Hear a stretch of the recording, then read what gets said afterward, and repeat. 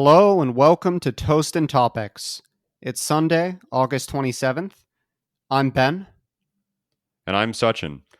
So thanks again for joining us. And we want to thank one of our audience members for suggesting this week's topic. You know who you are. To everyone else, if there is a topic that you want to hear us talk about, again, please do let us know. And this is proof that we will listen. I echo that. Please submit your recommendations, and we're excited to see what you guys come up with. So, pivoting to the topic that we have for this week, Japan has been in focus recently for changes in its monetary policy. And we wanted to take this episode to look more into Japan's struggles with low inflation and even deflation historically. We wanted to also better understand their unconventional monetary policy of yield curve control. And then finally, we're going to look at the longer term implications of recent changes in this policy.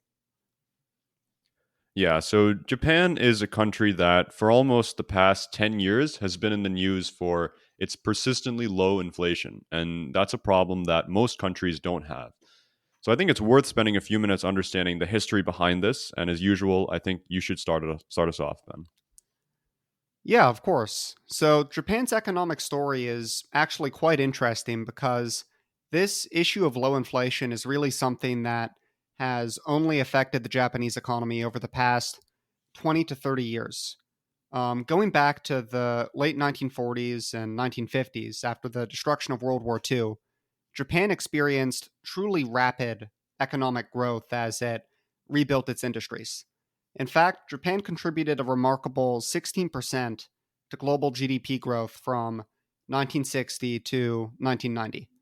And this was partly due to the rapid industrialization that the country saw during this period. For example, it developed one of the world's largest automobile manufacturing industries and also became an electronics powerhouse. As a result of all of that, by the mid 1990s, Japan's gross domestic product was some two-thirds that of the United States.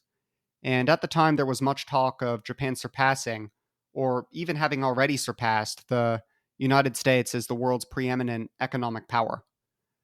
But these high real growth rates that Japan achieved over these 4 decades ultimately became built into asset prices. And towards the end of the 1980s, these prices were rising to unsustainable levels, to the point that the country actually was dealing with an inflation problem. Ultimately, investors eventually came to believe that the growth assumptions that were being built into these asset prices were unrealistic. And once this was realized, there was a sharp collapse in asset prices toward the end of the 1980s. In other words, Japan's bubble popped. Between 1989 and 2003, the Nikkei 225 stock market index fell by nearly 80%, from 39,000 points to 8,000 points. In short, Japan's economic boom was at an end, and the country was now reckoning with a significant decline in price levels. And during this time period, how did the Bank of Japan react? Yeah, the conventional monetary policy response during a downturn of that magnitude is to cut interest rates to stimulate economic activity. And the Bank of Japan cut interest rates from 8% in 1990 to 1% in 1996. By February of 2001, in fact, rates were as low as 0%, which is otherwise known as the lower bound. Yeah, and for our audience who may not be as familiar, interest rates essentially have a floor at 0%, which is otherwise known as the zero lower bound. And this is because once a central bank cuts to that level, it's hard for them to cut any further. Once interest rates hit zero, a central bank generally has two options. One is quantitative easing, which is purchasing assets from the private sector, usually in the form of government bonds, which increases the money supply and stimulates asset prices. The other is pivoting to negative rates. And conceptually, that means that banks effectively penalize you for saving money with them. And the goal of this is to encourage spending. Now, the biggest limitation is that banks ultimately have very little control over consumer behavior at this point. Ultimately, they can't really convince you to borrow and spend beyond a certain point. And some people may disagree with me, but there's only so many clothes that you can buy. And so I think that the Bank of Japan and Japan more broadly was dealing with this exact problem. The Bank of Japan did try to embark on quantitative easing and also shifted to negative rates for a long time. Normally, these kinds of policies increase the supply of money and lead to heightened price levels, but the bursting of Japan's housing bubble had changed the economy in some fundamental ways. First, firms, rather than investing in new enterprises, were more focused on paying down the debts that they had accumulated in the 1970s and the 1980s. And this limited new demand and spending in Japan. More than that, Japan was also going through a major demographic transition at this point. Its working age population had peaked in the 1990s and has since declined, which presented an additional obstacle to greater household spending. As a result of this, the economy fell into deflation in the late 1990s, in the sense that it was seeing sustained decreases in price levels. And this persisted for about 15 years, despite the best efforts of the Bank of Japan to counteract this. It's also worth spending a few minutes talking about the risks of deflation. There was a saying which went something like, inflation is the grease that keeps the economy going. And I'm sorry to whoever said this quote if I got it completely wrong. But while we often talk about inflation in a negative light, I think it's important to also acknowledge that having some amount of controlled inflation is actually an important part of any macroeconomy. Yes, just to reiterate that quote, inflation is in fact the grease that keeps the economy going in modest quantities. There are three main reasons why it's important for an economy to have some inflation. The first is that when people expect that prices are rising, they tend to spend more today in order to avoid spending more in the future. And this cycle of spending helps to fuel growth in an economy. Uh, Second, wages also need to rise to keep pace with the heightened costs of living associated with inflation. And higher wages over time are necessary for firms to attract the best talent and also to give people a feeling that they are attaining a higher standard of living. Finally, some modest level of inflation gives central banks room to cut rates if needed. This is because higher inflation necessitates higher rates, which means that monetary policy can be eased if something like a recession hits. And conversely, deflation is bad for the exact reasons that inflation in modest quantities is good.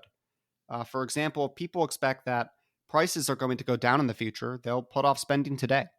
I mean, suppose that a refrigerator costs $1,000 today, but you think that in 6 months it's going to be 2% cheaper. You would probably wait 6 months to buy it at the cheaper price, right? And this can also create a negative feedback loop because if consumers are postponing their spending until a later date, that's going to mean that businesses in the present need to lay off workers to cope with that lower demand, which can further depress consumer spending. All of that means that there are some benefits to having a small amount of inflation. And as a result of that, the Bank of Japan maintains a 2% inflation target, like that of many other central banks. However, as we've already indicated, it has very rarely met that target. It's generally been underneath it. And so, given Japan's long time struggle with deflation, its central bank has had to resort to some unconventional methods of monetary policy to stimulate the economy.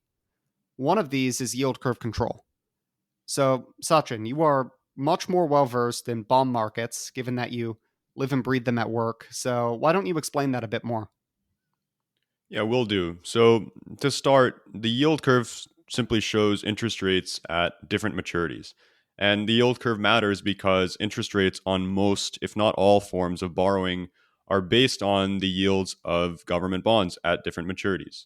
So, for example, if you were to take out a 30-year mortgage, the interest that you pay would be built on the interest rates on 30-year government bonds. And as those rise, you'll end up paying more. As the name suggests, yield curve control was a push by the BOJ to control the shape of its yield curve by essentially setting fixed bands of acceptable yields for short and medium term rates. So in September 2016, they introduced this policy by setting the 10-year Japanese government bond target at 0%. And the reason why they did this was because they had reached the limit of quantitative easing and were still below their 2% target for inflation.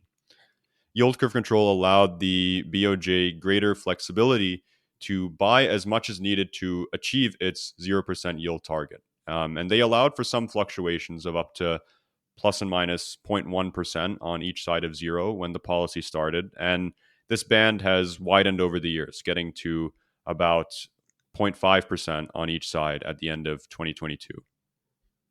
Okay, thanks for that interesting breakdown. But what have the effects of this policy been for Japan's economy? So, yield curve control has succeeded in keeping Japanese bond yields low for 6 years now. And the BOJ has been successful at maintaining the rates that they had outlined. But the problem is that yield curve control has not really improved growth, spending, and inflation in the way that they had envisioned. During this time period from when the policy started, inflation was pretty much stagnant and has only recently started to pick up in line with inflation in other developed countries. And for context, Japan reported about 3.2% annual inflation in July of 2023, which is for the first time above target in a long time. Um, in the past 2 years, with nearly all central banks raising rates, the BOJ has been forced to continue ramping up purchases of government bonds to maintain this policy. And that's also caused dislocations in the Japanese government bond market. The BOJ, for context, owns about 50% of the long term bonds in the country right now. And that's over 535 trillion yen, or almost 4 trillion US dollars. That's a really big number. And continued forced buying from the BOJ has exposed them to potential losses on their asset portfolio by buying bonds in a rising rate environment. And that's optically made the policy seem unsustainable. Yeah, I think that captures the dilemma that the Bank of Japan faces quite well. This yield curve control policy has undeniably put some strain on the bank and also seems to be running counter to where Japan's economy is with its currently somewhat high levels of inflation. This makes it unsurprising that about a month ago in July, the Bank of Japan took markets actually somewhat by surprise by announcing an unexpected change to its yield curve control policy by raising the cap on its 10-year government bond yields from 0.5% to 1%. This is a big change that effectively makes the yield curve control policy less rigid. It can be interpreted as the start of them phasing it out.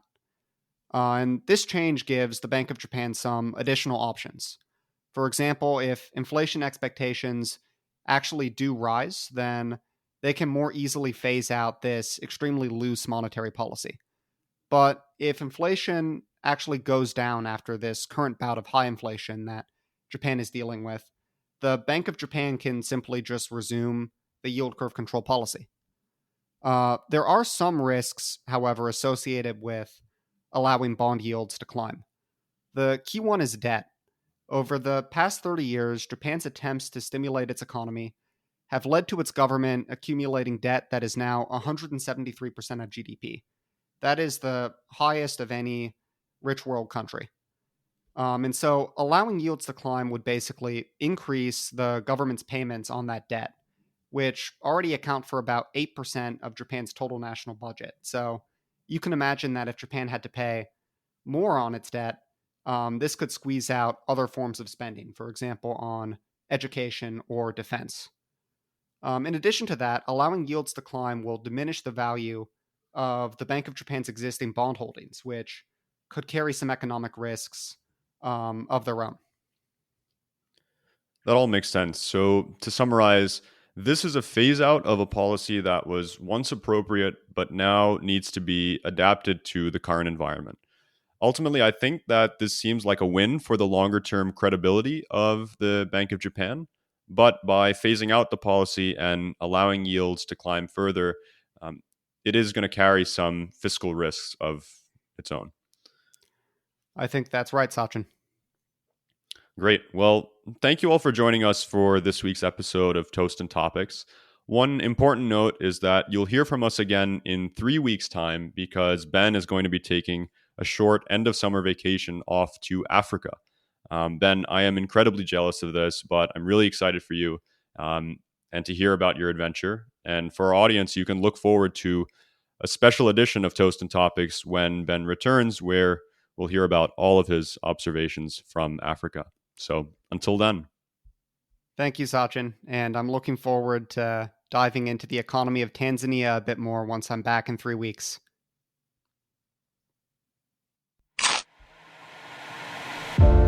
Thanks for listening to Toast and Topics.